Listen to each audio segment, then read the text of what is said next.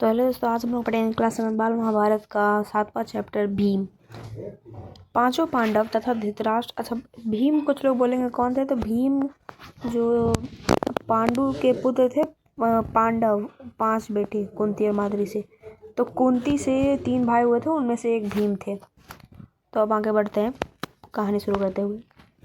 पांचों पांडव तथा धृतराष्ट्र के 100 पुत्र हुए जो कौरव कहलाते थे। मतलब धृतराष्ट्र के जो बेटे थे 100, वो कौरव कहलाते थे। हस्तिनापुर में साथ साथ रहने लगे। खेल कूद हंसी मजाक सब वे साथ ही रहते थे। शरीर बल में पांडु का पुत्र भीम सबसे बढ़कर था। मतलब शरीर के बल में, शारीरिक बल में सबसे आगे था भीम। खेलों में वह दुर्योधन और उसके भाइयों को खूब तंग किया करता था। खेलों में दुर्योधन उसके भाइयों को खूब तंग किया करता था। यद्यपि भीम मन में किसी की से वैर नहीं रखता था। मतलब किसी को ऐसे नुकसान नहीं पहुंचाना चाहता था, वैर नहीं रखता था, और बचपन में जोश के कारण ही ऐसा करता था। फिर भी दुर्योधन तथा उसके भाई के मन में भीम के प्रति द्वेष भाव बढ़ने लगा। द्वेष भाव मतलब ईर्ष्या, मतलब कह सकते दुश्मनी। सभी बालक उचित समय आने पर कृपाचार्य से अस्त्र विद्या के साथ साथ अन्य विद्याएं भी सीखने लगे।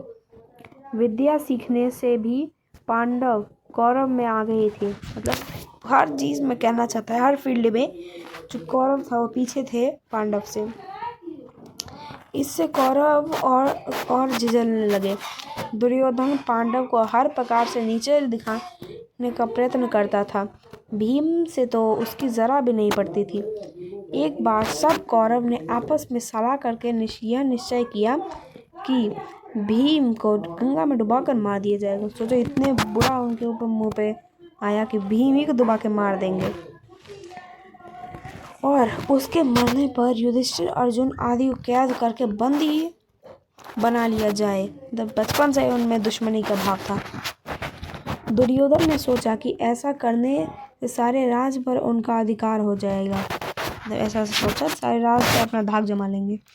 एक दिन दुर्योधन ने धूमधाम से जल क्रीड़ा का प्रबंध किया और पांचों पांडव को उसके लिए न्योता दिया। धूमधाम जल क्रीड़ा मतलब खाना पीना, उसका न्योता दिया। तो बड़ी देर तक खेलने और तैरने के बाद सबसे भोजन किया और अपने अपने डेरों में जाकर सो गए।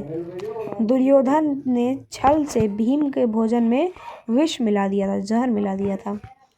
सब लोग खूब खेले तैरे थे।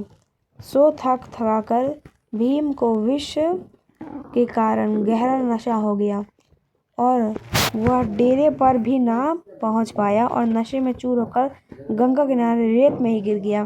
वो डेरे मतलब घर पे भी नहीं पहुंच पाया। उसी हालत में दुर्योधन ने लताओं से उसके हाथ पैर बांधकर उसे गंगा में बहा दिया।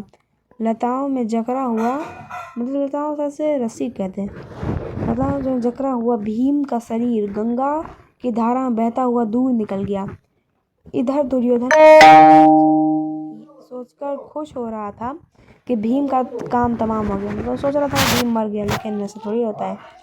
जब युधिष्ठिर आदि आगे जागे और भीम को ना पाया तो चारों भाइयों ने मिलकर सारा जंगल तथा गंगा का किनारा जहाँ जल क्रीड़ा थी छान डाला। मतलब हर जगह ढूंढा, पर भीम का कहीं पता न चला। अंत में निराश होकर दुखी हृदय से वे अपने महल लौट गए। इतने में ही क्या देखते हैं कि भीम झूमता झामता चला आ रहा है। पांडव और कुंती के आनंद का ठिकाना ना रहा। मतलब होगा ही, उनके भाई बेटे जब आएंगे ऐसे। तो युधिष्ठिर, कुंती आदि ने भीम को गले से लगा लिया। यह सब हाल देखकर कुंती को बड़ी चिंता हुई। उसने विदुर को बुला भेजा और अकेले में उसने बोली, दुष्ट दुर्योधन जरूर कोई ना कोई चाल चल रहा है। राज्य के लोभ में वह भीम को मार डालना चाहता है। मुझे इसकी चिंता हो रही है। तब समझ गया। राजनीतिक कुशल विदुर कुंती को समझाते हुए बोले, तुम्हारा कहना सही है, परंतु कुशल इसी में कि इस बात को अपने तक ही रखो। प्रकट रूप में दुर्योधन की निंदा कदापि न करना, नहीं तो इससे इसका द्वेष और बढ़ेगा। तब ऐसा उसके सामने मत करना, नहीं तो उसके मन में और वैभव बढ़ेगा। इस घटना से भीम बहुत उत्तेजित हो गया था। उसे समझाते हुए युधिष्ठिर ने कहा, भाई भीम, अभी समय नहीं आया है। तुम्हें अपने आप को संभालना होगा। इस समय तो हम पांचों भाइयों का यही कहना है, किसी प्रकार एक दूसरे की रक्षा करते हुए बचे रहें। भीम के वापस आ जाने पर दुर्योधन को बड़ा आश्चर्य हुआ। तो उसे लगा मर गया ना, इसलिए उसका हृदय और जलने लगा, उसे और खुशियाँ हुई। तो ये था इसमें भीम की एक घटना बताई गई और उसे इंट्रोड्यूस किया गया। तो क्या बोले अब, धन्यवाद। अगर वीडियो पसंद आया तो लाइक करना, सब्सक्राइब करना। तो बाय।